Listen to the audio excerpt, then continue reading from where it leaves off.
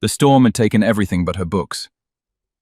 Gwyneth Lockhart stood at the edge of Derwentwater, her boots sinking into October mud, and watched men drag sodden crates from the lake's steel-grey depths.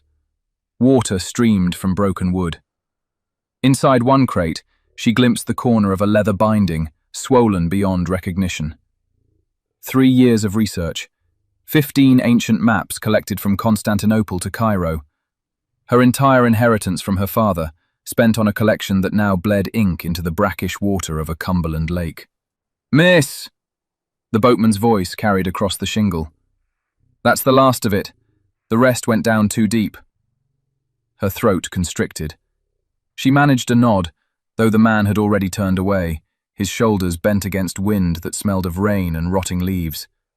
Above, the fells rose like the backs of sleeping giants, their peaks lost in mist.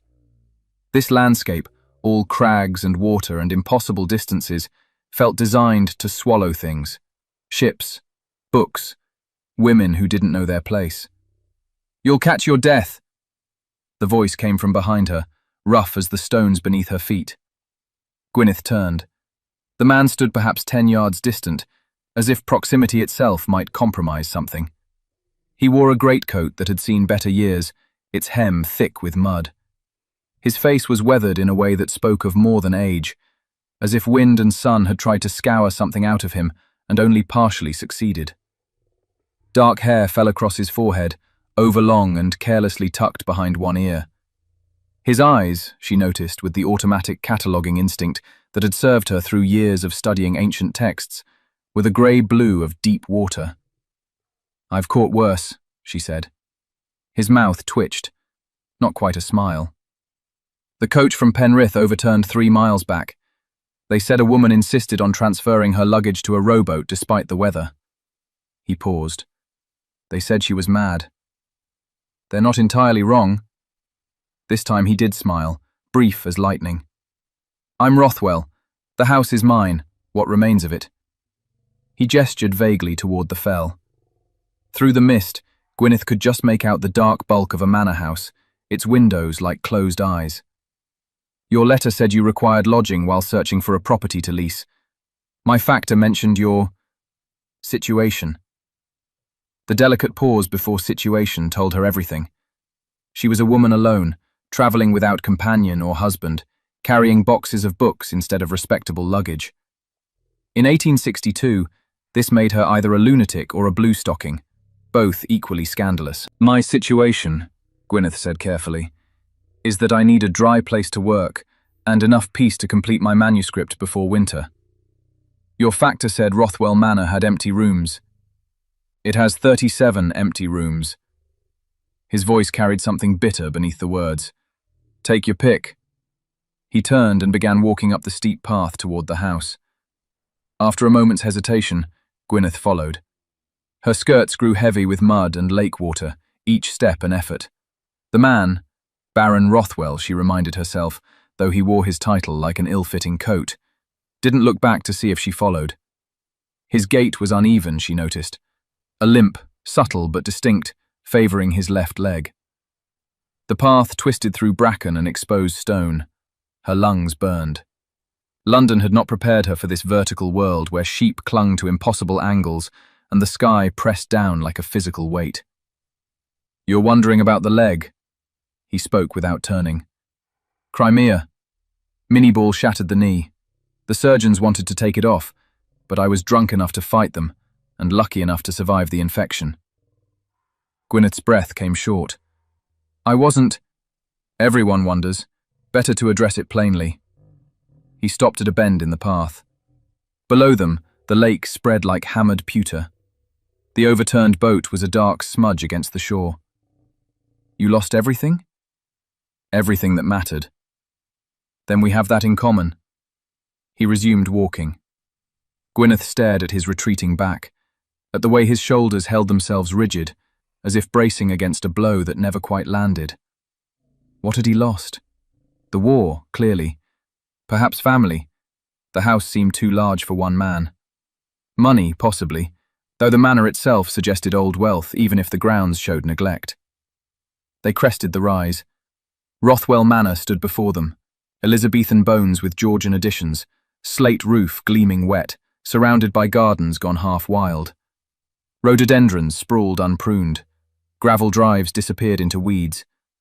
But the proportions were good, and the setting, backed against the fell, overlooking the lake, struck something in Gwyneth's chest. Her father would have loved this.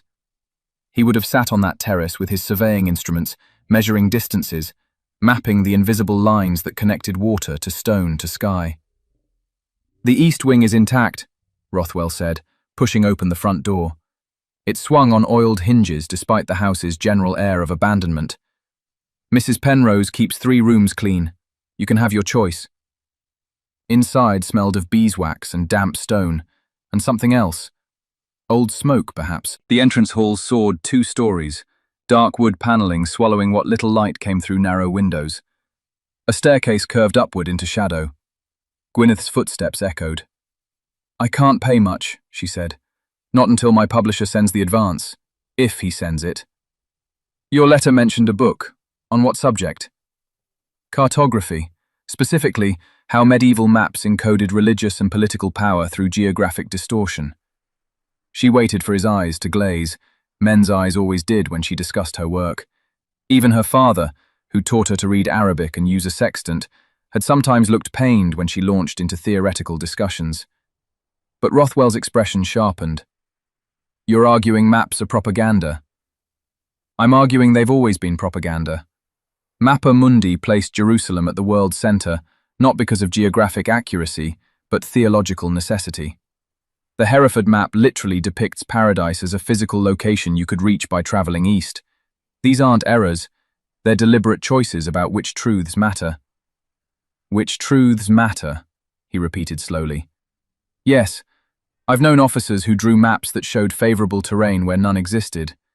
Men died following those maps into swamps and box canyons." His jaw tightened.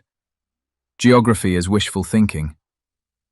Gwyneth felt something slot into place, like the satisfying click of a compass closing. "Exactly."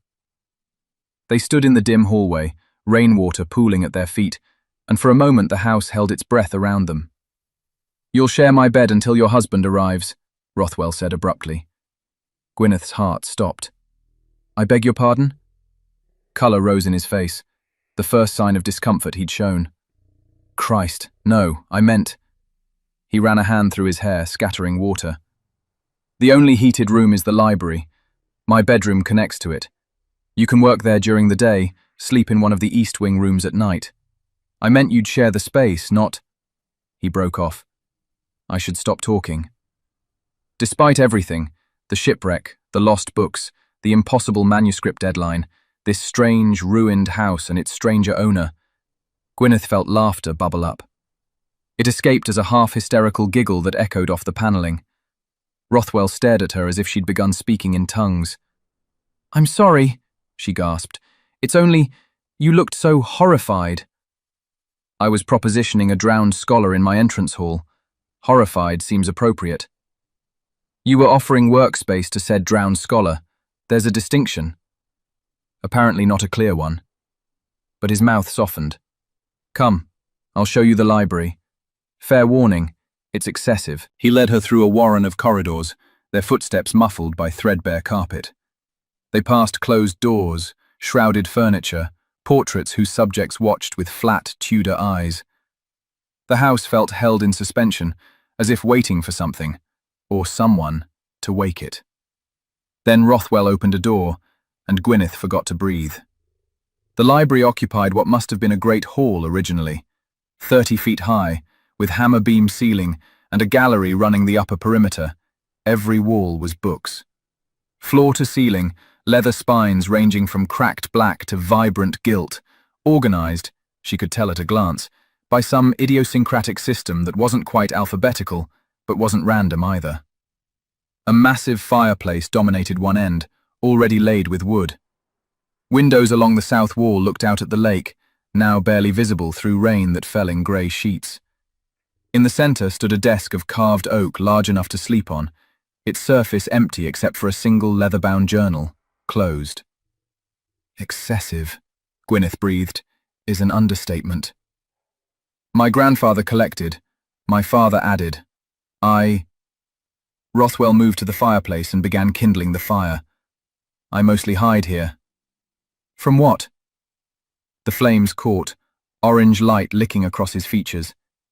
He didn't answer immediately, just watched the fire build. When he spoke, his voice was so low she almost missed it.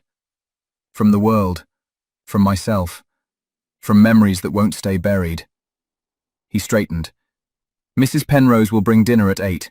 If you need anything, I'm usually here, or walking the fells, or trying not to drink. This last was delivered with such matter-of-fact bleakness that Gwyneth didn't know how to respond. He crossed to the door, his limp more pronounced now. The climb must have pained him. He paused at the threshold. Your husband, when does he arrive? The question landed like a stone in still water. Never, Gwyneth said. There is no husband. Rothwell's hand tightened on the doorframe. The letter was written by my publisher's secretary, who assumed a woman traveling alone must have a husband joining her later. I didn't correct the assumption. It's easier that way. Easier than what? Than explaining I'm 28, unmarried by choice, and intend to remain so. That I spent my inheritance on maps instead of a trousseau. That my father trained me as a scholar, and I have no intention of wasting that training by becoming someone's wife. The words came out sharper than intended. If that's a problem, I'll find lodging elsewhere.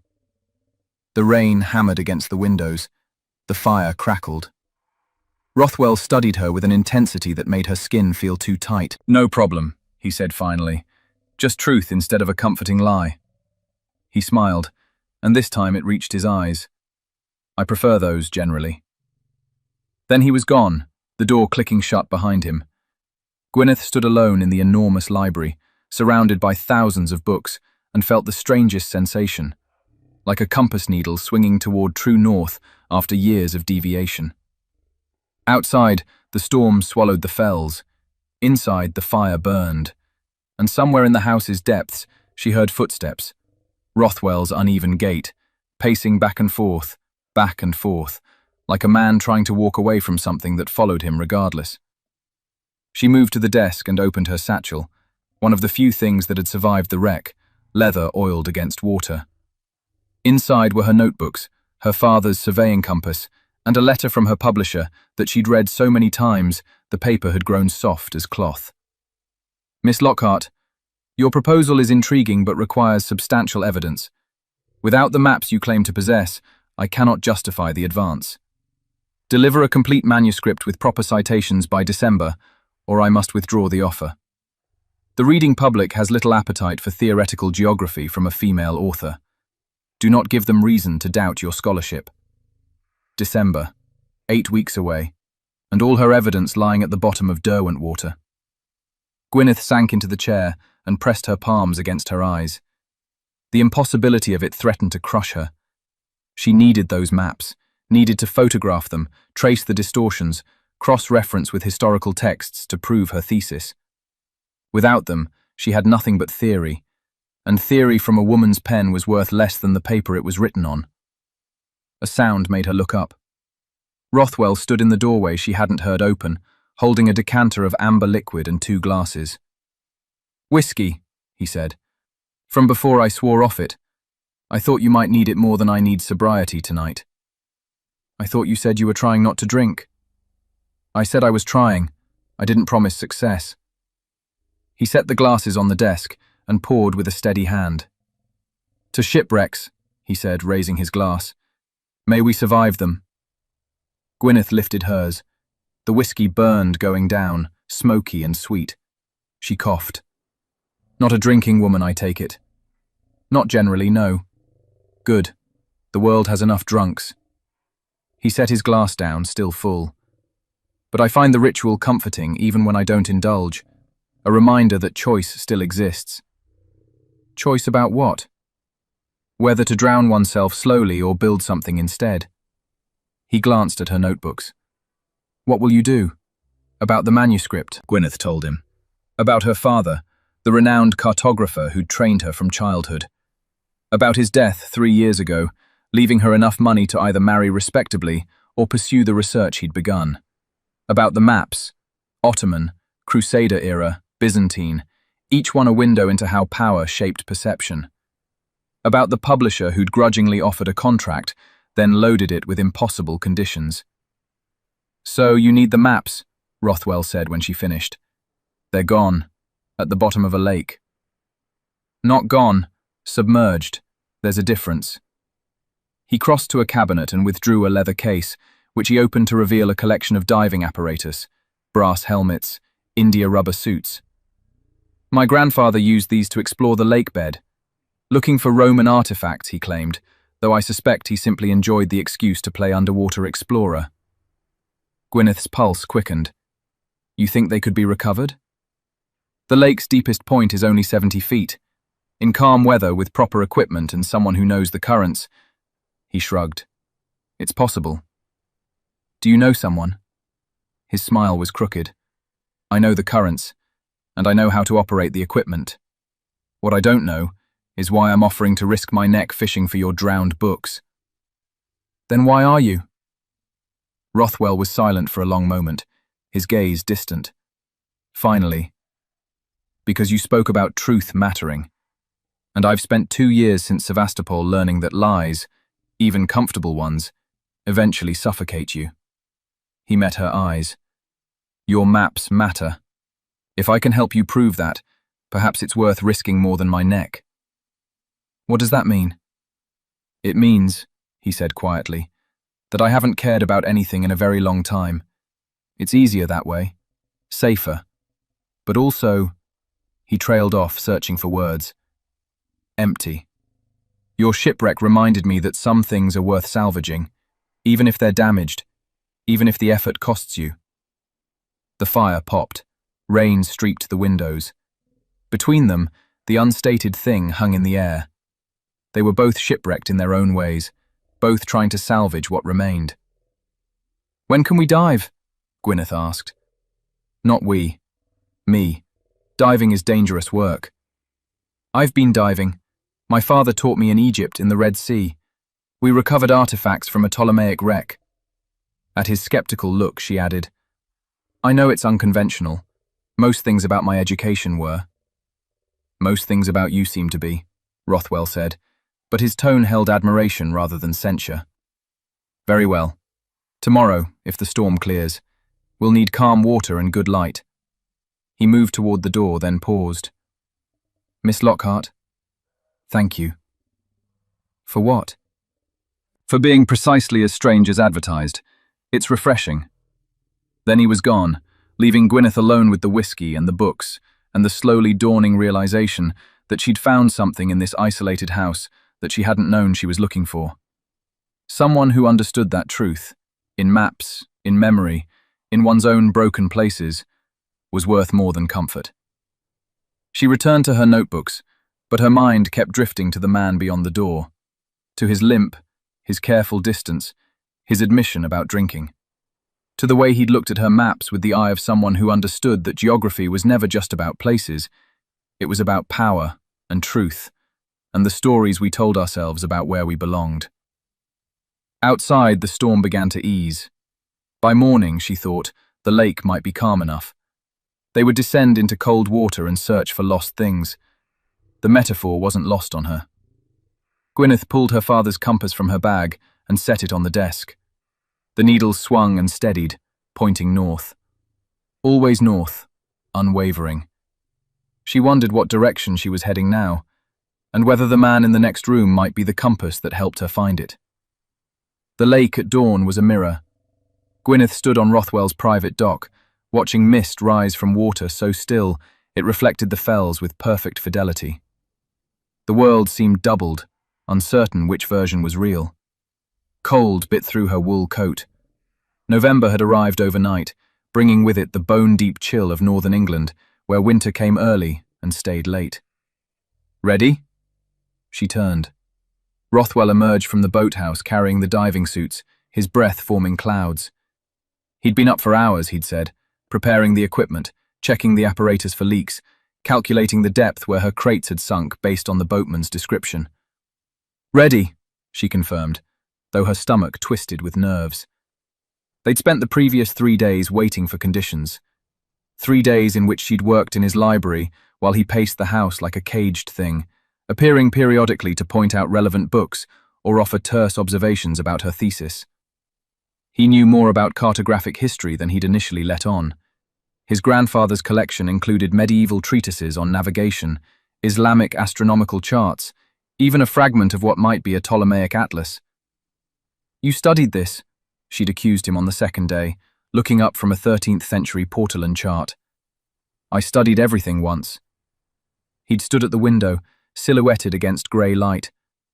"Before the war, I was supposed to be a scholar, second son. No responsibilities beyond showing up drunk enough to family dinners. I spent my time at Cambridge reading everything I could reach." His voice had gone flat. "Then my brother died. Typhus, ironically, killed him faster than war killed most men I knew. Suddenly I was the heir, and father decided education was wasted on inheritors. Better I learn estate management and which fork to use at diplomatic dinners." "Did you?" "Learn estate management? Barely. I was too busy drinking and trying to erase the fact that I'd been the wrong son." He turned from the window, his face unreadable. "Then the war came, and erasure seemed easier via heroism. Or death. I wasn't particular." The admission had stolen her words. She'd watched him leave the library, his limp more pronounced. It always worsened when he spoke about the past. She'd wanted to follow, to say something. But what? That she understood? She didn't. Not really. Her isolation had been chosen. His had been thrust upon him by death and duty and the world's brutal indifference to which sons survived. Now, standing beside him on the dock, she studied his profile. He'd shaved, she noticed, trimmed his hair, small signs of care emerging like spring shoots after long winter.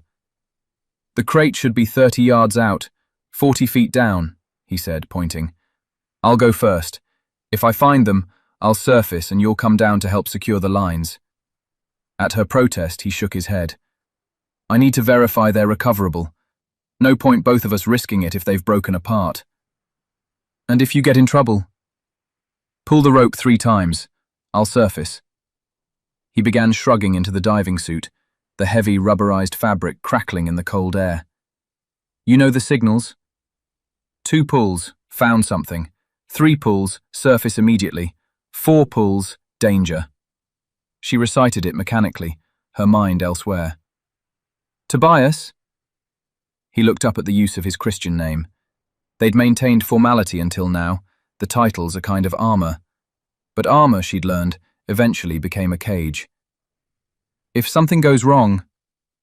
"It won't. But if it does, then you'll complete your manuscript anyway." He said it with such fierce certainty that she blinked. "You'll find another way. You're too bloody stubborn not to." He pulled on the helmet, his voice becoming muffled.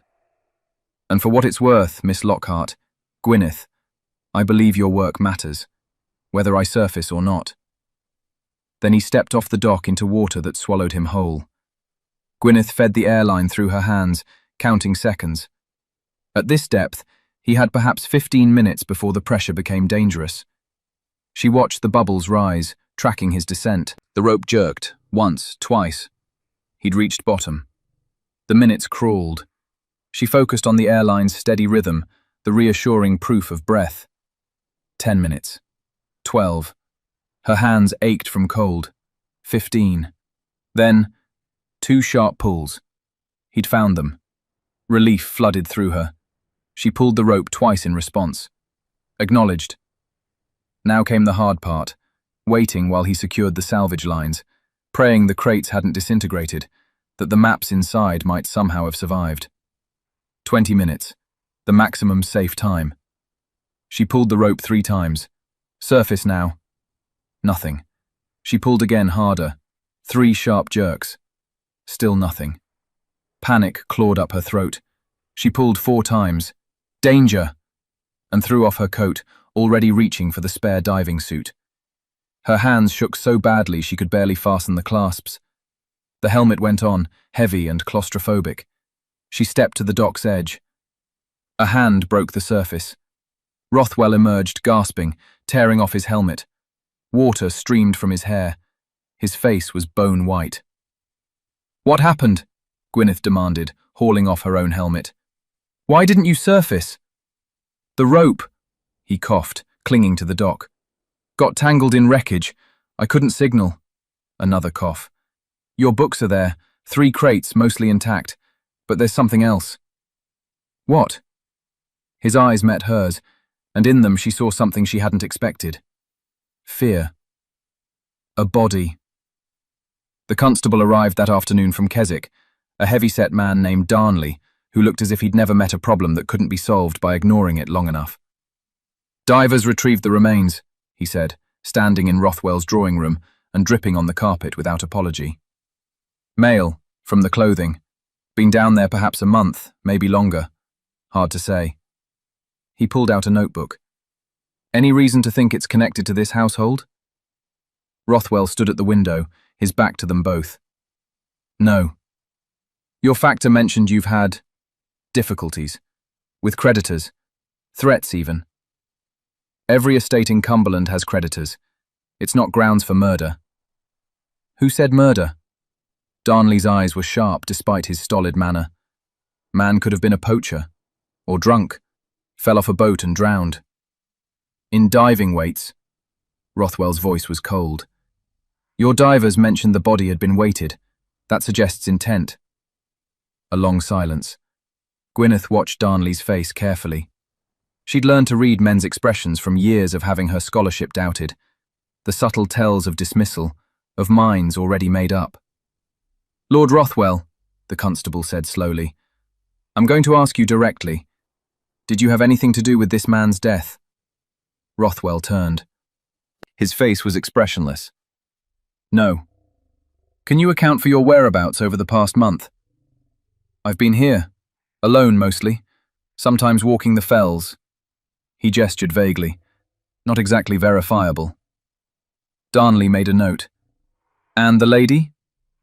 "Arrived 4 days ago," Gwyneth interjected. "I can hardly vouch for Lord Rothwell's activities before we met."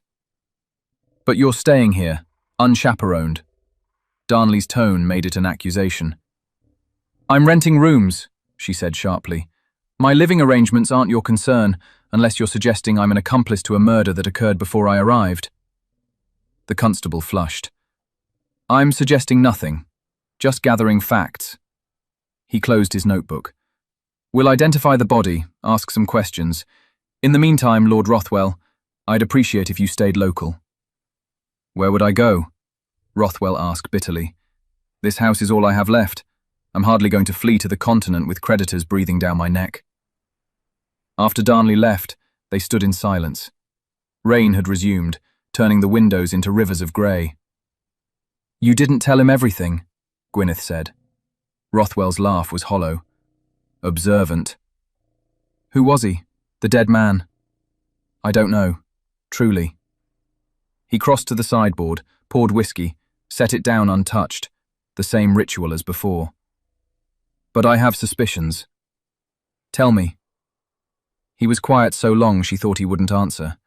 Then, "My factor, Carrick, has been pressing me to sell.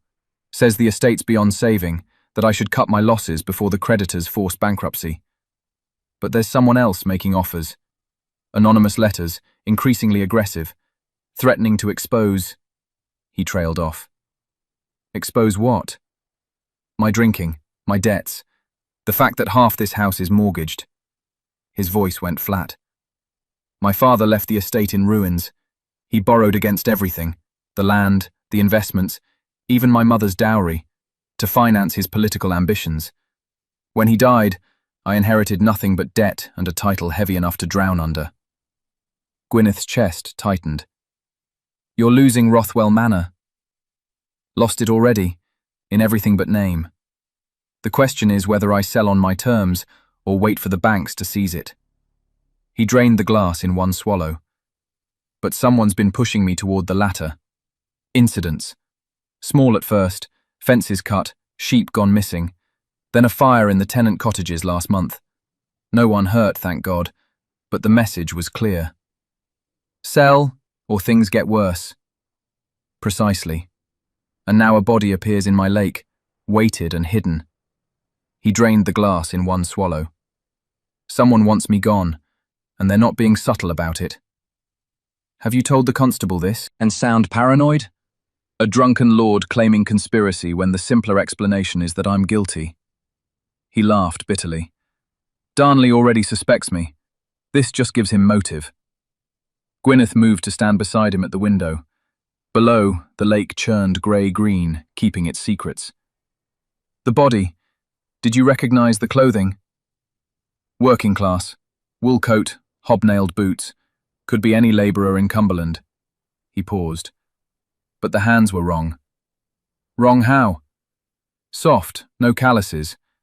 Whoever he was, he didn't make his living with manual labour. Rothwell's jaw tightened. Someone dressed a gentleman to look like a worker, killed him, and sank him in my lake. The question is why? The implications settled over them like the mist outside.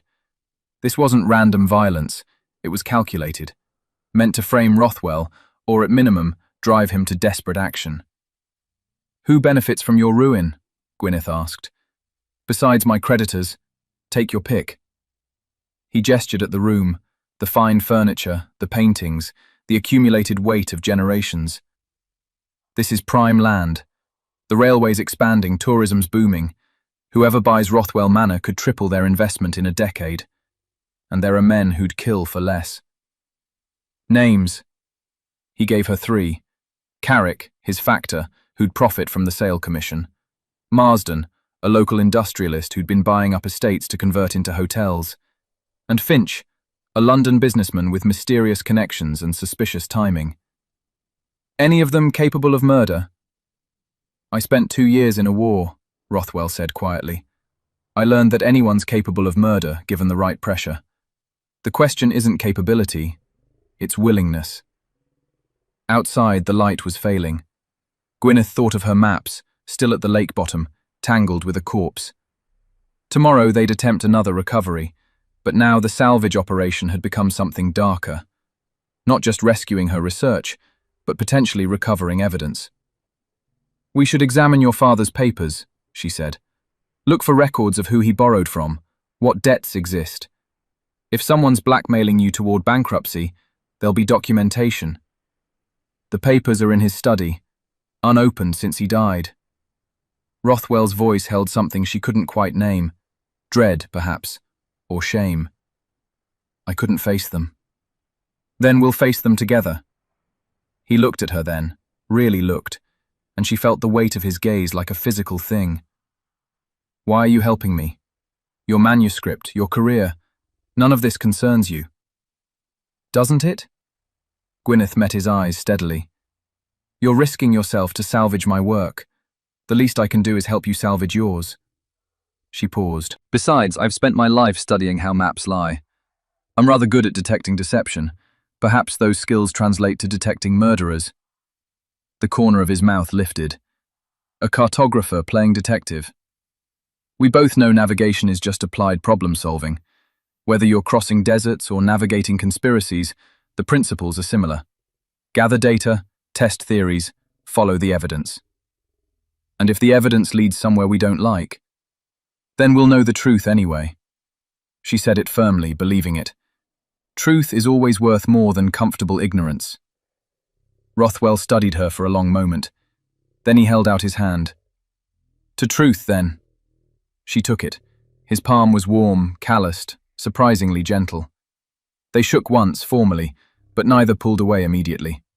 The handshake became something else, a mutual recognition, perhaps, of two people who'd chosen difficult truths over easy lies. Tomorrow, he said, we'll finish recovering your maps, then we'll start investigating. His grip tightened. But Gwyneth, if this becomes dangerous, and I think it will, you'll leave. Go back to London, find another way. Will you leave? I can't. This is my house, my disaster. Then I'm staying too. She pulled her hand free. You don't get to make that choice for me. I could. What, throw me out? While I'm paying rent? She raised an eyebrow. Try it and I'll tell Constable Darnley exactly how inappropriate our living arrangement is. See how that helps your reputation." Despite everything, the body, the threats, the accumulated weight of disaster, Rothwell laughed. Real laughter, surprised and genuine. "You'd blackmail me. Consider it a scholarly approach to negotiation." She moved toward the door. "Now, show me your father's study. We have work to do." He followed, still chuckling softly. Behind them, the whiskey sat abandoned on the sideboard, a small victory neither mentioned, but both noticed. The truth, Gwyneth thought, was that she'd already made her choice. Not just about helping him, but about something larger that she wasn't quite ready to name. Something to do with the way he looked at her maps with a scholar's respect rather than a man's condescension. Something about how his brokenness matched hers in ways that made them both less broken when together. "Tell me about Sevastopol," she said suddenly. His expression shuttered. "Why?" "Because you carry it with you. Every limp, every moment you reach for whiskey but don't drink. Because understanding where you've been might help me understand where we're going." She paused. "And because I want to know." For a long moment she thought he'd refuse. Then, "We laid siege for a year, 11 months and 2 weeks to be precise. Long enough that the cold and disease killed more men than the Russians did." His voice went distant. "I was assigned to the engineering corps, tunnels and trenches, not glorious cavalry charges. We dug like moles while they shelled us. Friends died beside me from sniper fire so random it felt like God drawing lots." He moved to the window. Outside, full dark had fallen. "The knee happened in the last month. We were undermining their fortifications, trying to collapse the walls with explosives. Their sappers heard us. They countermined, detonated early. The tunnel collapsed. I was closest to the exit, so I survived. The 7 men behind me didn't." Gwyneth's throat tightened. "I'm sorry." "I'm not." The words were harsh. "I'm grateful it was my knee and not my life. Grateful I can still walk, even if it hurts. Grateful I came home at all." He turned. "But I'm also angry. Angry that I survived when better men didn't. Angry that I returned to find my father had destroyed everything I was supposed to inherit. Angry that the war taught me to value truth and courage, then dropped me into a world where lying about debts and pretending solvency mattered more than anything I learned in the Crimea." "Is that why you drink?" "Drank, mostly." He met her eyes. "I drank, to forget. Not the war, but the after. The realization that everything I'd fought for was a fiction. Empire, honor, duty. All of it just pretty words covering ugly realities." His voice dropped. "Your maps show how geography lies. The war taught me that everything lies. Nations, families, even ourselves." "Not everything." "No?" "Some things are true." She said it with certainty. "Mathematics, physics. The fact that water seeks its level and compasses point north. The fact that you saved my books even though you gained nothing. The fact that you're still fighting even though surrender would be easier." He stared at her, something raw in his expression. "You have remarkable faith in human decency for someone who's been denied recognition her entire career." "I have faith in evidence." She moved closer. "And the evidence suggests you're a better man than you think you are." The space between them felt charged, like air before a storm. She could smell him, wool and lake water, and something uniquely him. His eyes dropped to her mouth, then away. "I should go," he said roughly. "It's late." But he didn't move. Neither did she. "Tobias, don't." His voice was pained. "Please. I'm trying to be honorable here. I'm not asking you to be dishonorable. I'm asking you to be human." She held his gaze.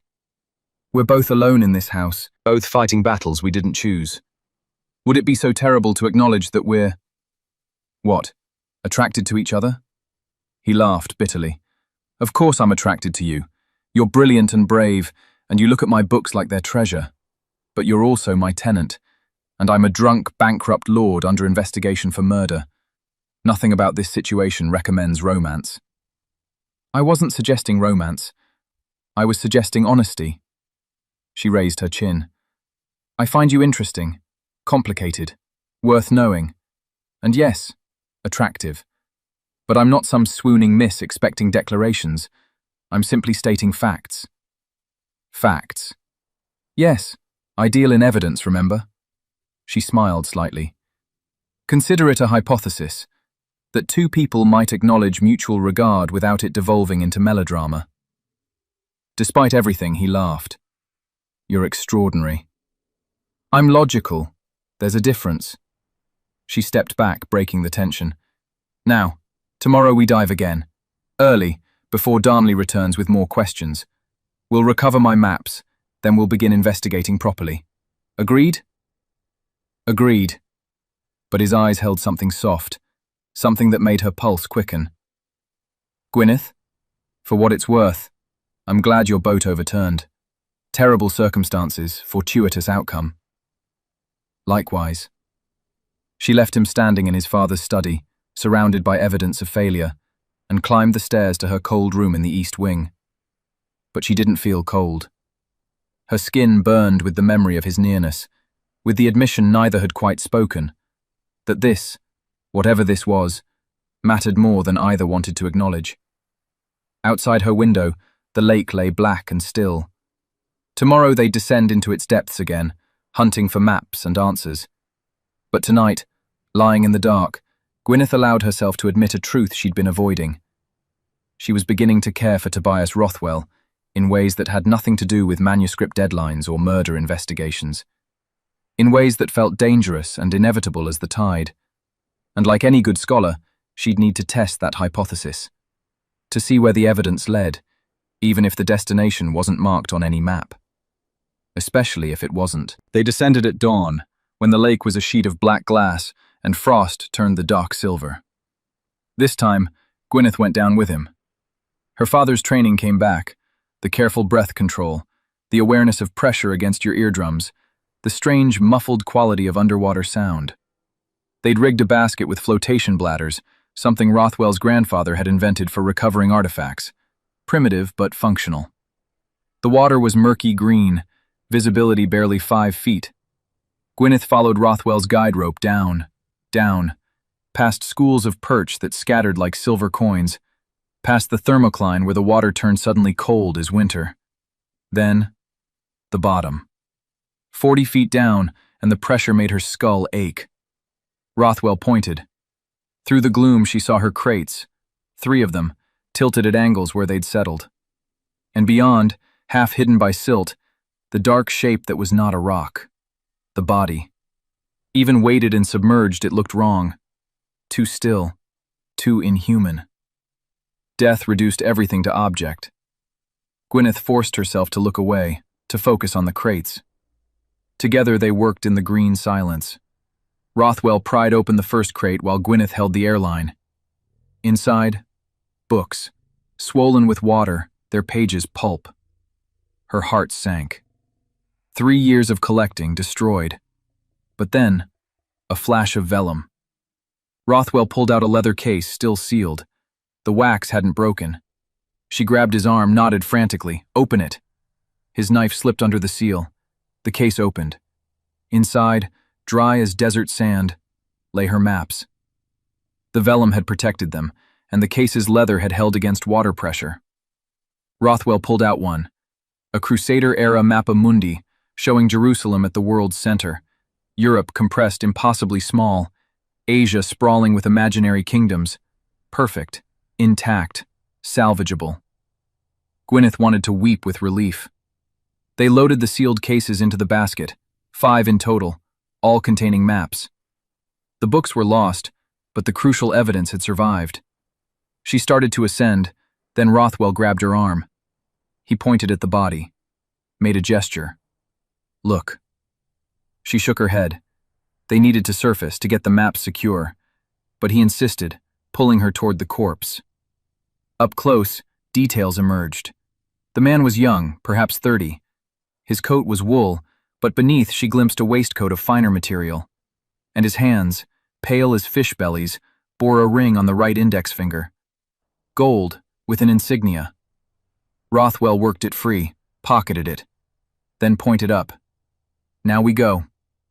They ascended slowly, carefully. Too fast and the pressure change could kill them. 15 feet. 10. 5. They broke surface, gasping. The basket bobbed behind them, heavy with saved maps. "The ring," Gwyneth panted when they'd hauled themselves onto the dock. "What was it?" Rothwell pulled off his helmet, water streaming from his hair. He held out the ring. Gold, heavy, with an insignia carved deep. 2 serpents intertwined around a caduceus. "Medical insignia," he said. "Physician's symbol." The dead man was a doctor?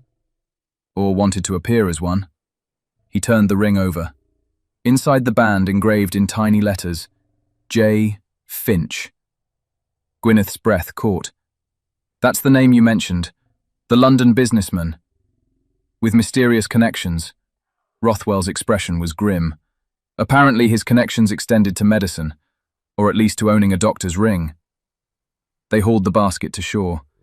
Inside the boathouse, Gwyneth carefully removed the map cases. The vellum had survived, but needed immediate care, gentle drying, preservation. She spread them across tables, weighted corners, began the painstaking process of documentation. Rothwell watched. "Will they be enough? For your manuscript?" "More than enough." She photographed one, an Ottoman naval chart showing the Mediterranean. "These alone prove my thesis about deliberate distortion.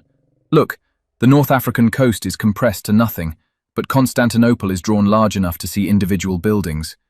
Geography is imperial propaganda. Truth bent to serve power." "Exactly." She looked up. "Like your father's debts being consolidated by the same man who's pressuring you to sell. Or a murder victim conveniently appearing in your lake." She gestured at the maps. "Everything's connected. The question is seeing the pattern. And you're good at patterns." "I navigate by them." She dried her hands. "Now, the ring. J. Finch, do you know him?" "Of him. Never met the man personally." Rothwell leaned against the work table. "He approached me once through a solicitor, offered to invest in Rothwell Manor. Essentially, he'd pay off the creditors in exchange for a controlling interest in the estate. I'd keep the title, he'd own everything else." "You refused?" "I'm not so desperate I'll surrender my ancestors' land to a stranger." His voice was bitter. "Though perhaps I should be. At least then I'd be free of this entire disaster." "You don't mean that." "Don't I?" He met her eyes. "Some days I think burning it all down would be kinder than this slow suffocation." Gwyneth set down the map she'd been examining. "If you burn it, they win. Whoever's behind this, Marsden, Finch, someone else entirely, they're betting you'll break, that the pressure will crush you." She moved closer. "But you survived a war, survived losing your family, your health, your future. You're still standing. That's not weakness, that's steel. It feels like rust. Then we'll polish you until you shine again."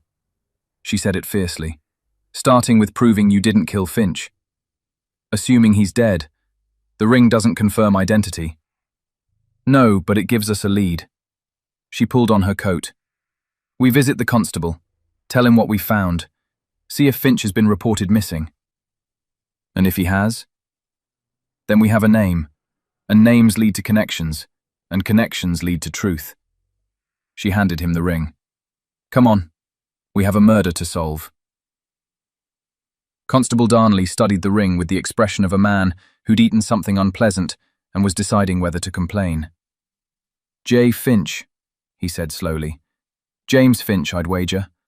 London businessman, made his fortune in railways. Disappeared 3 weeks ago, according to the newspapers." "Disappeared?" Rothwell leaned forward. "Not dead. Missing. Last seen in Manchester on business. Never returned to his hotel." Darnley set the ring down. "His wife offered a reward for information. Significant sum. Did she report him missing here, in Cumberland?" "No specific location mentioned, just gone." The constable's eyes narrowed. "How did you come by this ring, Lord Rothwell?" "From the body in my lake. Rothwell's voice was steady.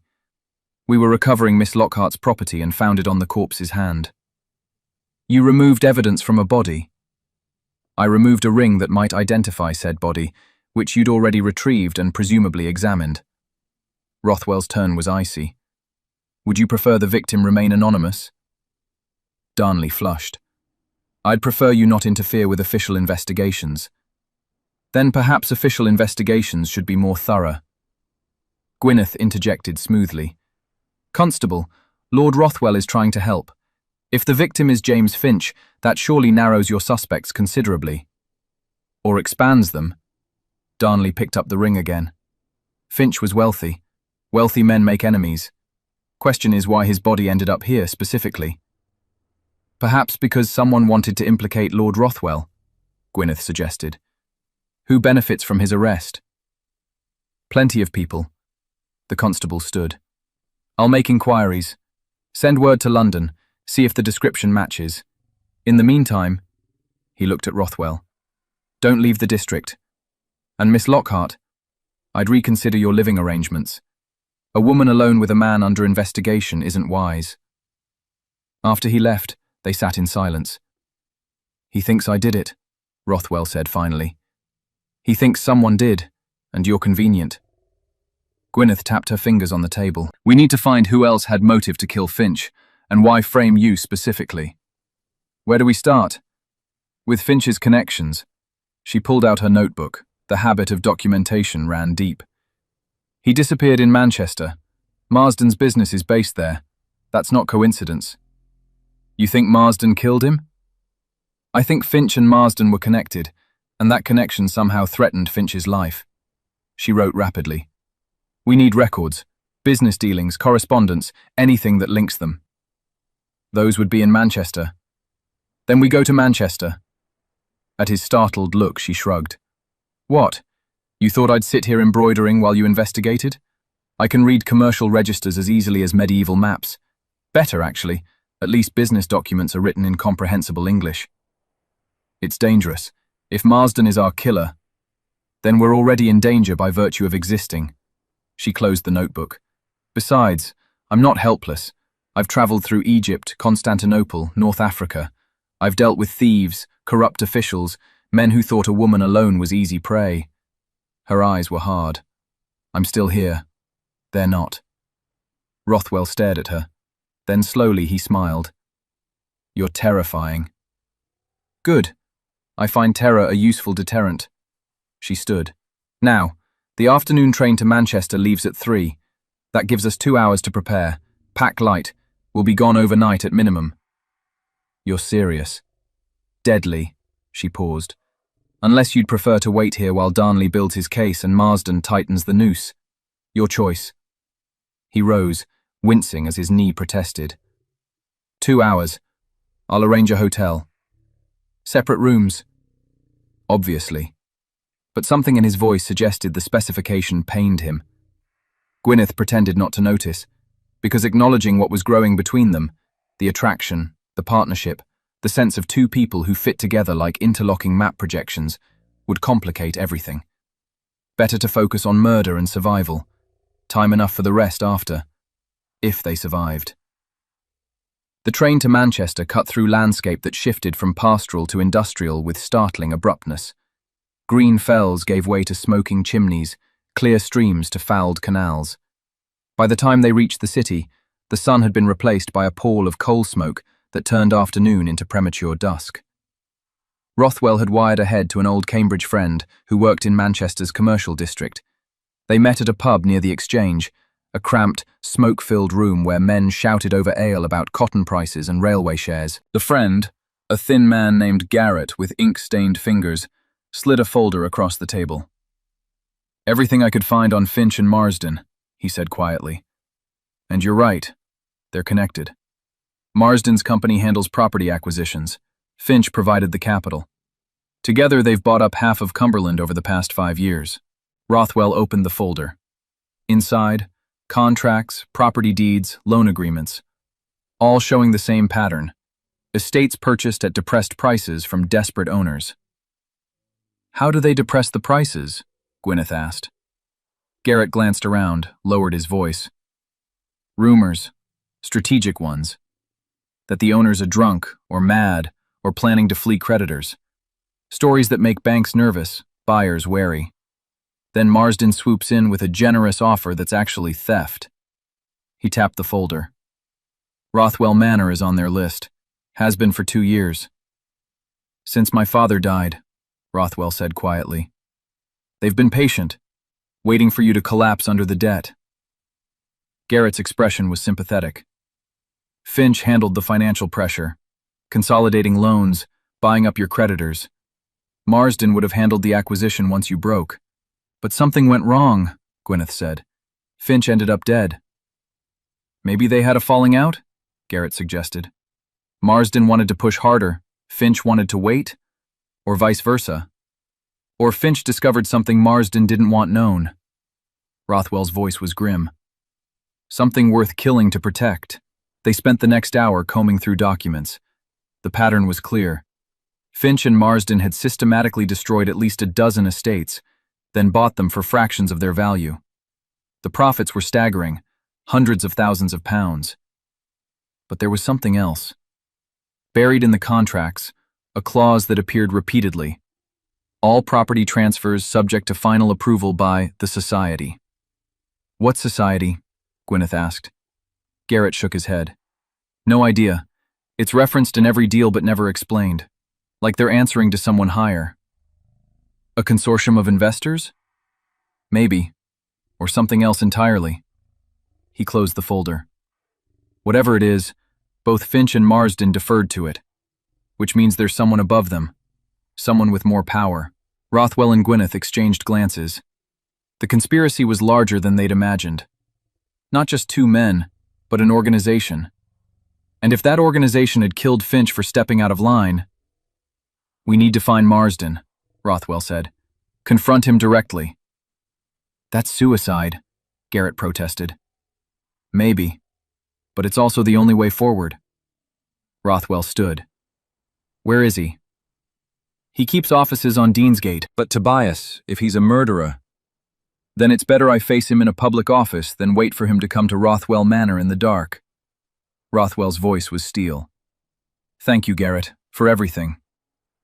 They left the pub and navigated Manchester's crowded streets. The city was a maze of smoke and noise, entirely unlike the Lake District's empty spaces.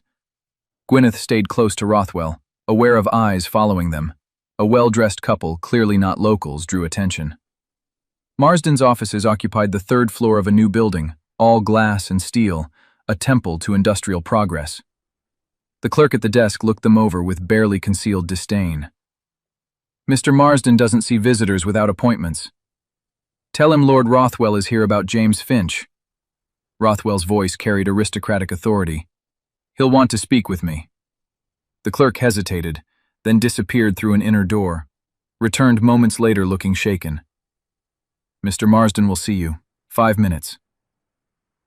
They entered an office that was aggressively modern, chrome and leather, architectural drawings on the walls showing planned developments, and behind a desk of polished steel sat a man who looked like he'd been assembled from sharp angles, pointed chin, blade-thin nose, eyes like chips of flint.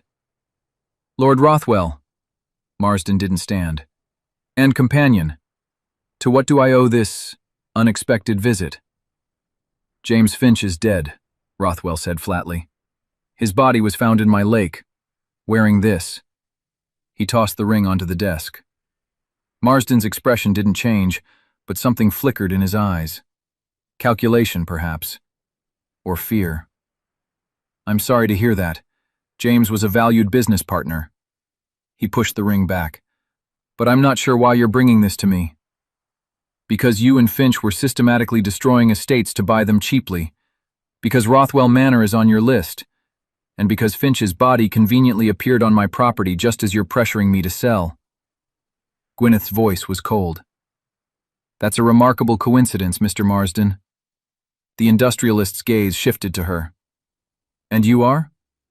Gwyneth Lockhart, scholar, cartographer, and presently engaged in documenting patterns of deceit.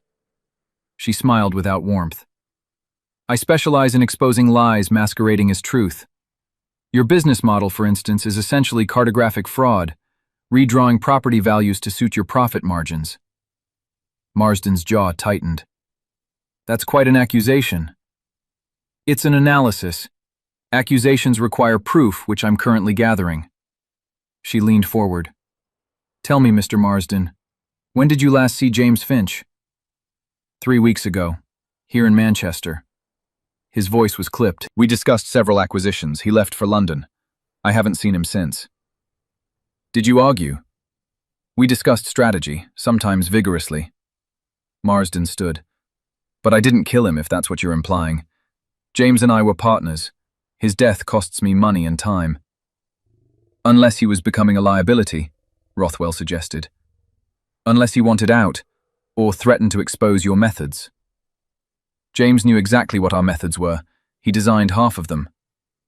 Marsden moved to the window, looked out at Manchester's smoke-stained skyline. Look, I won't pretend we're ethical. We're businessmen. We find opportunities, exploit them. That's commerce. But murder, that's a different level of risk, and one I'm not foolish enough to take. Then who killed him? Gwyneth asked. Marsden was silent for a long moment. Then, the society. The words hung in the air. Explain, Rothwell demanded. I can't. Not here, not safely. Marsden's voice dropped. But if James is dead, it's because he crossed them. And if you're digging into this, you're next. He looked at them both. Go home.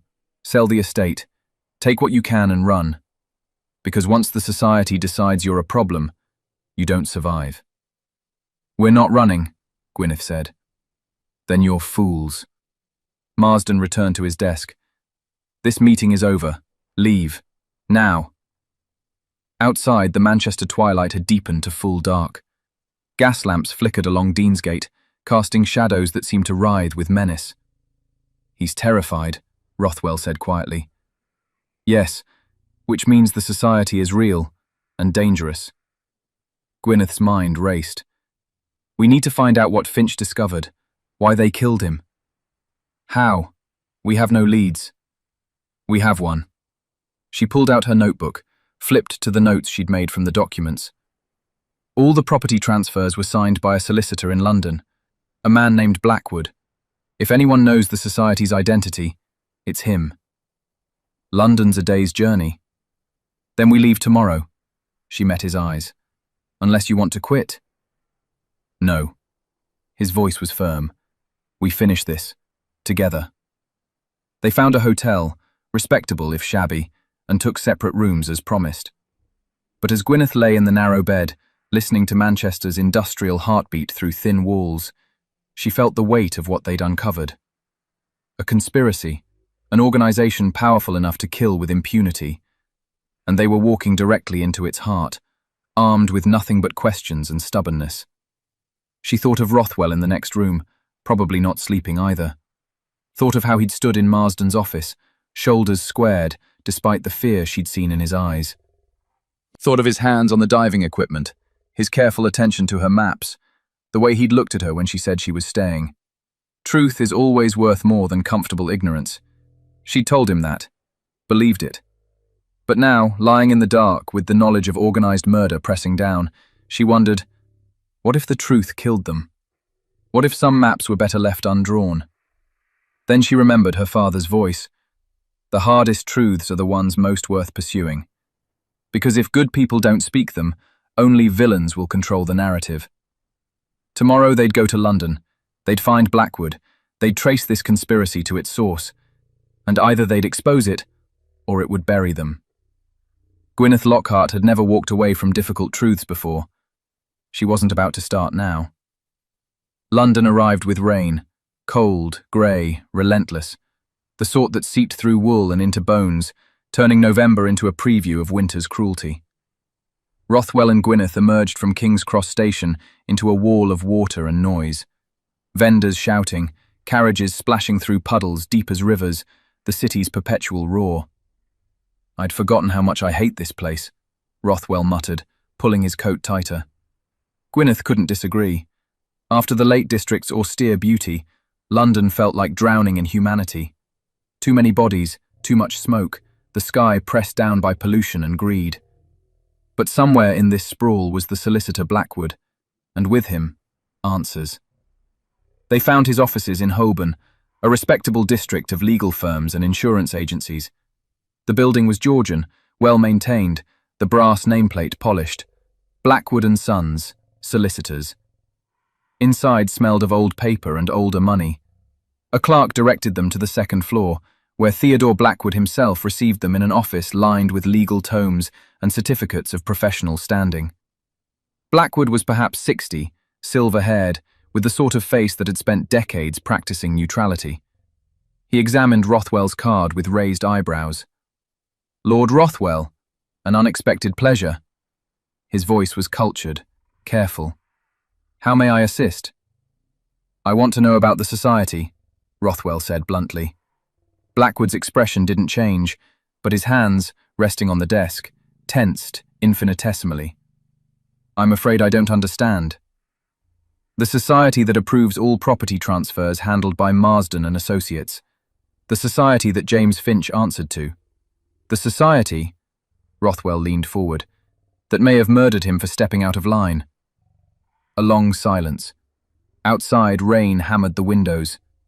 Finally, Blackwood spoke. "You should leave London." They left Blackwood staring at his desk, a man who'd traded his integrity for safety, and found it left him with neither.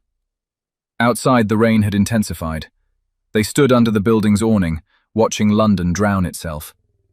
"He's useless," Rothwell said bitterly. "He's terrified. There's a difference." Gwyneth's mind worked through possibilities. But he confirmed something important. The society operates through intermediaries, which means somewhere in this city is the person who contacted Finch and Marsden, the link between them and the leadership.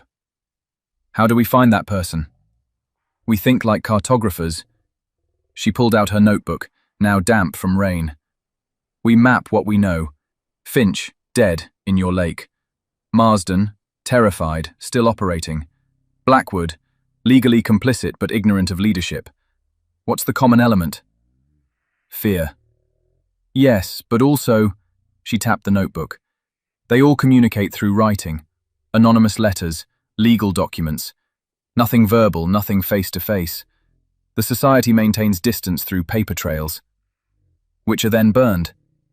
Legally required ones aren't." Gwyneth's eyes lit. "Property transfers need registration, public record. If we access the land registry, we can trace patterns. Who bought what, when, for how much. Find the anomalies, the purchases that don't match public records. That's thousands of documents. Then we'd better start reading."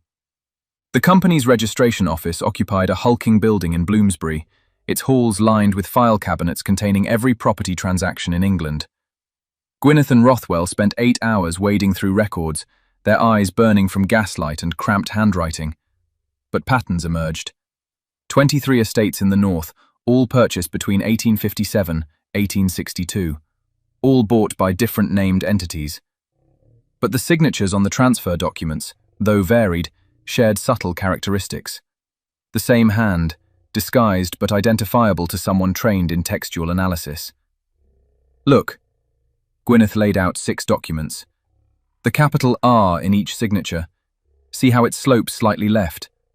And the crossed T, always with a slight hook at the end. Same person, different names." Rothwell peered at the documents. "Can you prove that?" "In court, maybe not. But it's enough to identify a target." She checked the registrar's notes. These were all submitted by a single clerk, a man named Oswald Thorne. "Works here, in this building." "Then we find him." They inquired discreetly. Thorne, they learned, had worked at the registry for 15 years. Reliable, if eccentric. Kept to himself. Left promptly at 5 every evening. It was 4:30 now. They waited outside, watching the building's exit.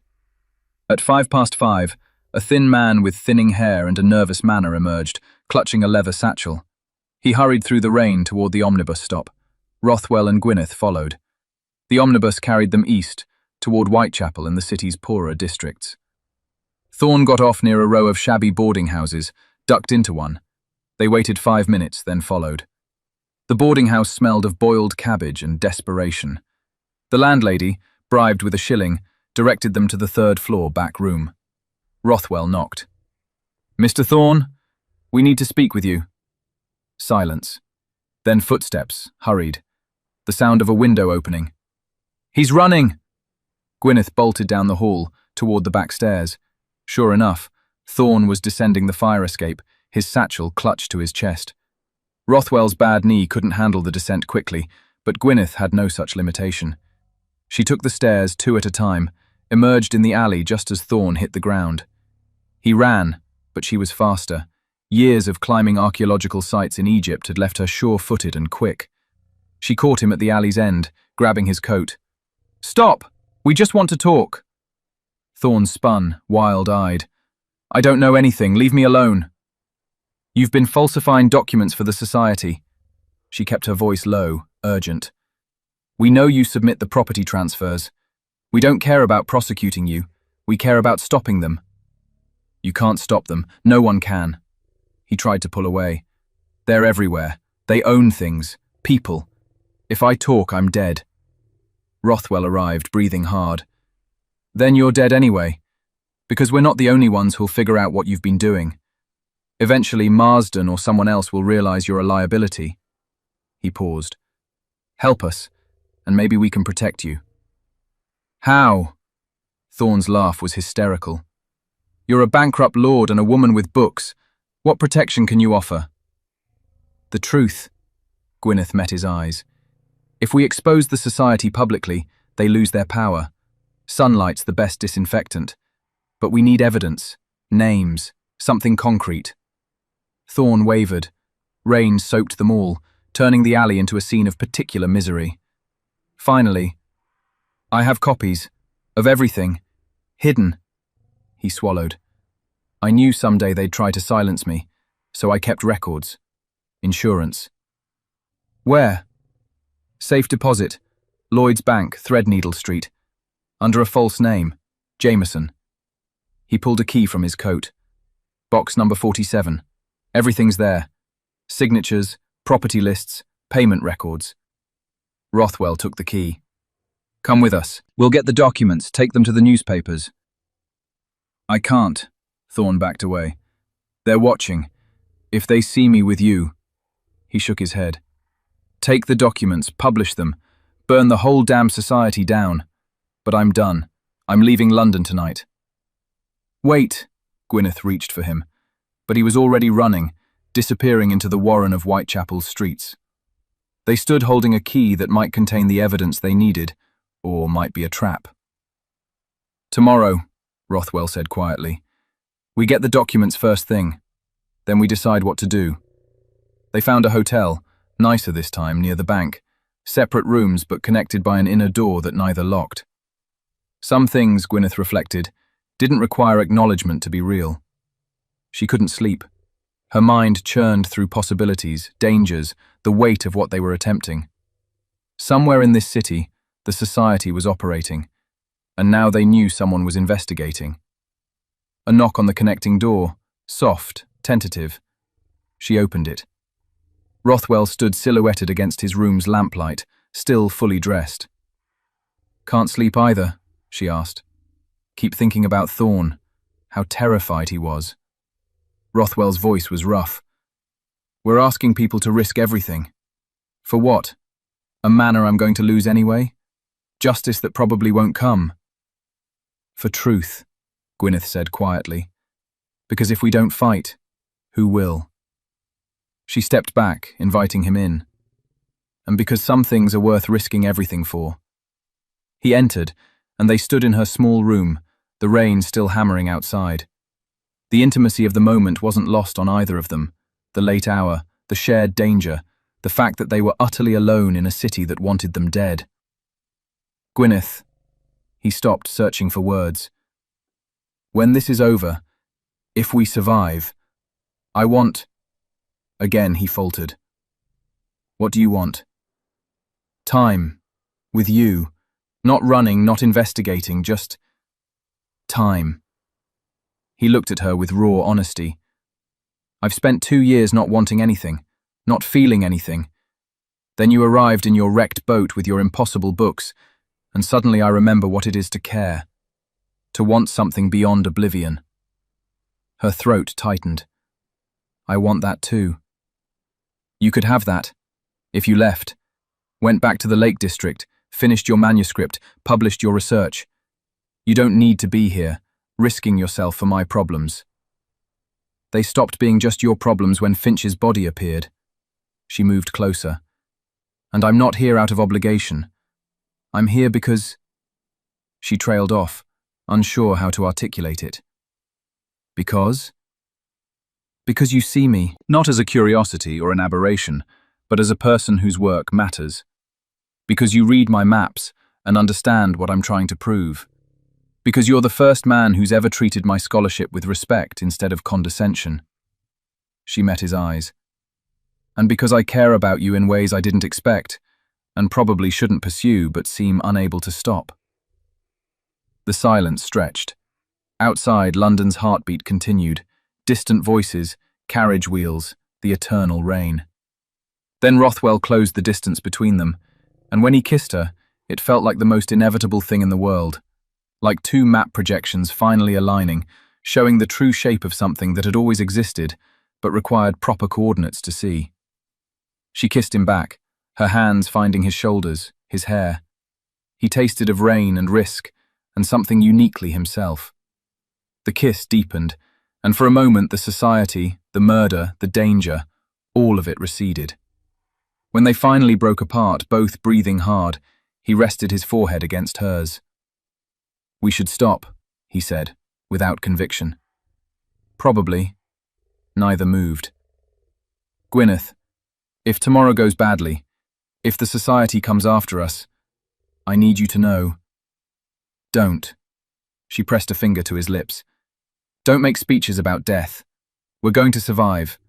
We're going to expose them. And then we're going to have all the time in the world for this. You're very certain. I'm a scholar. I deal in evidence and logic. She smiled. And the evidence suggests we're too stubborn to die easily. He laughed, soft and surprised. Then kissed her again, gentler this time. A promise instead of passion. Tomorrow, he said.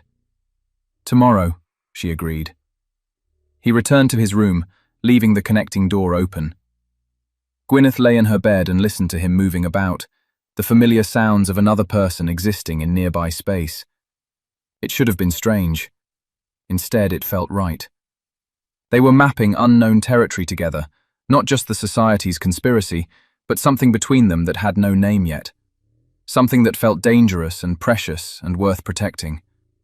Tomorrow they'd face the bank, the documents, possibly the society itself. But tonight, in a cheap London hotel with rain washing the city clean, Gwyneth Lockhart allowed herself to believe they might actually survive this, and that survival might lead somewhere beautiful. Lloyd's Bank opened at 9. Rothwell and Gwyneth arrived at 8:30, watching from a coffeehouse across the street. Every instinct screamed trap. Thorne had been too frightened, the key too easily surrendered. But what choice did they have? At 9 precisely, they entered. The bank's interior was all marble and mahogany, designed to project stability and trust. Rothwell presented the key to a clerk. Box 47, name Jameson. The clerk consulted records, nodded. This way. They descended into the vault, a cathedral of metal boxes, each containing someone's secrets. The clerk unlocked box 47, withdrew a leather portfolio, handed it over without interest. Inside the portfolio, 24 documents. Property transfers, yes, but also something else. Photographs. Gwyneth spread them across the vault's examination table. Her breath caught. The photographs showed men, prominent men from their dress and bearing, taken at what appeared to be a private club or society meeting. And in the background of each, barely visible, a symbol. 2 serpents intertwined around a staff. The same symbol from Finch's ring. This is the society, she breathed. These men. Rothwell examined the faces. His expression went pale. That's Lord Brampton, Commissioner of the Metropolitan Police. And that's Hargreaves, Member of Parliament. And Christ! He tapped another photo. That's the Lord Chancellor's secretary. The scope of it hit them simultaneously.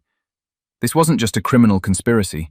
It was corruption at the highest levels of government, judiciary, law enforcement. The society didn't just influence power, they were power. We can't fight this, Rothwell said quietly.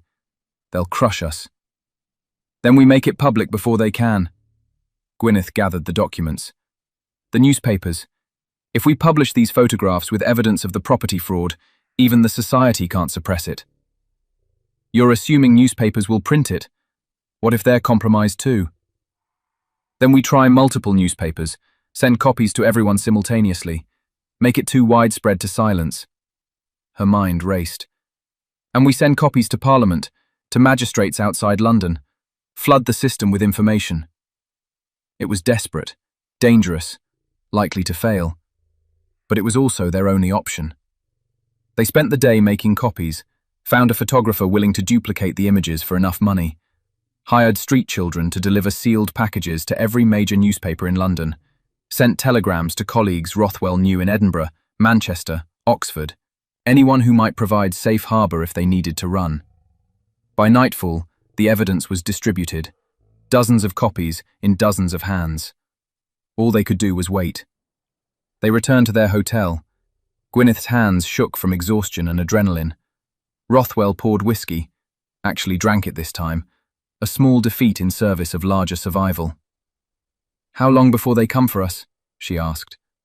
If they know we have the documents, already on their way. He handed her a glass. If we're lucky, the newspapers will publish tomorrow and public outcry will provide protection. If we're unlucky, we'll face it together. He smiled grimly. I was trying not to say that. Sounds too much like a suicide pact. Or a partnership. She raised her glass. To facing impossible odds with a partner who makes them slightly less impossible. They drank. Outside, London's night noises continued, indifferent to their small drama, to the documents that might topple an empire of corruption. The knock came at midnight. Gwyneth jerked awake, had dozed in a chair, to see Rothwell already at the door, his face grim. Who is it? He called. Message for Lord Rothwell, urgent. He opened the door a crack, took the envelope. The messenger vanished before either could get a good look. Inside, a single photograph. Thorne, the registry clerk, lying in an alley, very clearly dead. And beneath it, a note in precise handwriting. You have until dawn to return all documents and leave London. Otherwise, Miss Lockhart will be found similarly. The Society. Gwyneth's blood went cold. Rothwell crumpled the note. You're leaving, now, tonight. No. This isn't negotiable. They've killed Thorne to send a message. You're next. So I should run while you stay and become their target instead? She stood. Absolutely not. Gwyneth. No. Her voice was steel. We distributed the evidence. It's done. Running now doesn't change that. And splitting up just makes us easier targets. She moved to him, gripped his arms. We stay together. We wait for the newspapers. We survive this. You should have let me face this alone. Too late. I'm already implicated, already a target. She smiled without humor. Besides, you need me. I'm the only one who can properly explain the cartographic fraud. You'd fumble the technical details. Despite everything, he huffed a laugh. Even now you're worried about accuracy. Especially now. If we're going to bring down a conspiracy, we might as well do it properly. They barricaded the door, moved furniture to create obstacles. Rothwell had a pistol. From the war, he said. Checked it with practiced efficiency. Gwyneth had her wits and a letter opener that probably wouldn't help, but made her feel slightly less helpless. Then they waited. The hours crawled. 3 o'clock. 4. 5. Dawn approaching. At 6, shouts from the street. Gwyneth ran to the window, saw newsboys with stacks of papers, headlines screaming even from this distance. Corruption in highest offices, Society of Thieves exposed. Government officials implicated in fraud. They published, she breathed. All of them. It's everywhere. Rothwell joined her, reading over her shoulder. Every major newspaper had run variations of the story. The photographs were reproduced, the documents detailed, names named, crimes alleged. Public scandal erupting before the society could suppress it. "We did it," he said, disbelieving. "We did it," she confirmed. A pounding on the door. They froze. "Lord Rothwell! Miss Lockhart! Metropolitan Police, open up!" They exchanged glances. Trap or rescue? Only one way to find out. Rothwell opened the door to find Constable Darnley, looking sleep-deprived and furious. "You two," he growled, "have created the biggest scandal in 50 years. Half of Scotland Yard is under investigation. The Lord Chancellor's secretary is in custody, and I've been ordered to bring you in for questioning about murder, conspiracy, and creating a public bloody nuisance." "So we're under arrest?" Gwyneth asked. "Protective custody." Darnley's expression softened fractionally. "The society's been dismantled, leadership scattered, warrants issued. But that doesn't mean you're safe. There are people who'd pay a lot to silence you before trials begin." He gestured. "You'll stay in secure location until we sort this disaster. Consider it the government's thanks for exposing corruption we should have caught ourselves." They spent the next 3 weeks in a manor house outside London, under guard and waiting while the scandal unfurled. Arrests cascaded through government. The Lord Chancellor resigned. Parliament launched inquiries. Every newspaper in England feasted on the story. Corrupt society exposed by scholar and war veteran became the narrative, with Gwyneth and Rothwell cast as unlikely heroes. The truth was messier. Thorne was still dead. Finch was still murdered. And while the society's leadership faced prosecution, many members simply vanished, fled to the continent, or retreated to estates where influence still protected them. Justice was incomplete, but it was something. When they finally returned to the Lake District, winter had arrived properly. Snow covered the fells, and Rothwell Manor looked like something from a fairy story, beautiful and impossible in equal measure. "Will you stay?" Rothwell asked as they stood on the terrace, looking out at frozen Derwentwater. "I have a manuscript to finish," Gwyneth said. "Seems I have rather a lot of material now. Maps and manipulation, how power shapes geography. I'm adding a chapter on metaphorical cartography, how criminal conspiracies map social terrain." "So that's a yes?" "That's a where else would I go?" She turned to him. "You saved my research. I helped save your estate. Seems we make a good team." "A team," he smiled. "Is that what we're calling it?" "Unless you have a better term." "I was thinking partnership." He took her hand. "The permanent kind, if you're interested." Gwyneth's heart stuttered. "Are you proposing?" Clumsily, yes. He pulled out a ring, simple gold, no gems. "I'm a bankrupt lord with a ruined estate and a war injury. I have nothing to offer except books, bad weather, and complicated baggage. But I love you, and I hope, you might love me. So yes, I'm proposing." "You forgot something." "What?" "You respect my work. You see me as an equal. And you make excellent coffee." She took the ring, slid it on. "Yes, obviously yes." He kissed her there on the frozen terrace, and Gwyneth thought, this is what truth looks like. Not comfortable, not easy, but real. A partnership built on respect and shared danger, and the stubborn belief that some things were worth fighting for. They'd mapped unknown territory together, found each other in the wreckage, and now, standing in the winter light with snow turning the world clean, they could finally begin charting their future. The Lake District in July was a different world entirely. Green instead of gray, warm instead of frozen, the landscape gentle where winter had been harsh. Rothwell Manor, properly repaired now, the debts cleared through judicious sales and a surprisingly generous advance on Gwyneth's manuscript, glowed in afternoon sun. In the library, Gwyneth spread her finished book across the desk. 200 pages of scholarship, photographs of medieval maps, detailed analysis of how geography served power. and a final chapter on metaphorical cartography that had academic circles buzzing. The publisher had required only minor changes. The reading public, as it turned out, had considerable appetite for theoretical geography from a female author, especially one who'd helped expose governmental corruption. Rothwell entered carrying tea, his limp now barely noticeable. Months of good food, better sleep, and actual happiness had erased years of damage. He looked, Gwyneth thought, like the scholar he'd wanted to be instead of the wreck war had made him. "Your publisher sent a telegram," he said, handing it over. "First printing sold out. They're ordering a second run." Gwyneth read the message, stunned. "That's unprecedented." "You're unprecedented." He kissed the top of her head. "A cartographer who solves murders and brings down conspiracies.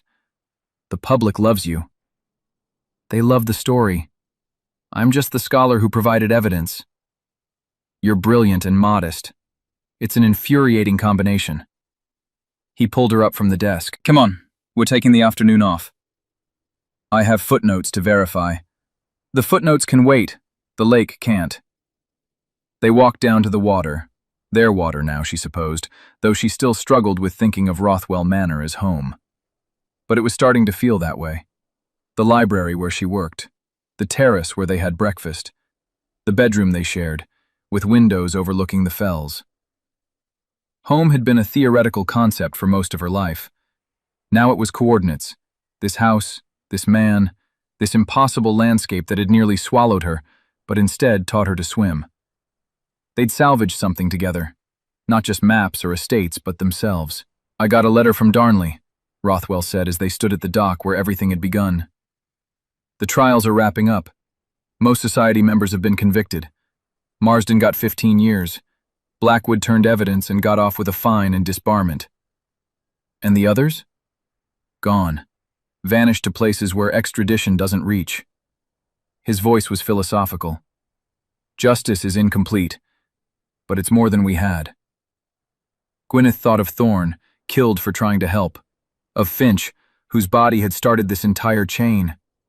Of how close they'd come to joining them. "Do you regret it?" she asked. "The investigation, the danger?" "No." He said it without hesitation. "I was half dead before you arrived, going through motions, waiting to drink myself into actual death. You gave me purpose, a reason to fight." He took her hand.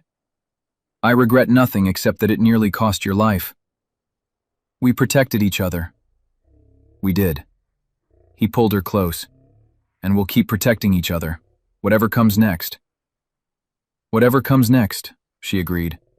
They stood watching the lake shimmer in July sun, this body of water that had tried to steal her research and instead delivered her to exactly where she belonged. Gwyneth Lockhart had come to the Lake District to save her manuscript. She'd found murder, conspiracy, and a man who treated her scholarship with the respect it deserved. She'd mapped unknown territory, both geographic and emotional, traced connections between power and truth, between vulnerability and strength. And she'd learned that sometimes the best discoveries weren't planned. They were shipwrecked onto your shore, demanding to be salvaged. She looked up at Rothwell, her husband now, partner always, and smiled. "Want to go diving?" she asked. "Looking for more drowned treasure?" "Just looking." She squeezed his hand. "Sometimes it's nice to explore without needing to find anything." They descended into the cold green water together, holding hands until the current separated them, then finding each other again in the deep. Surfacing and descending, mapping the lake bed just for the joy of discovery. Above them, Rothwell Manor stood against the fells, solid and real. A place they'd fought for and won. A home built not on inheritance but choice. Below them, the lake kept its secrets, some recovered, some still waiting to be found. And between the heights and depths, two shipwrecked souls had found each other and learned that salvage was just another word for salvation. The compass, Gwyneth thought, always points true north. Sometimes you just have to trust it.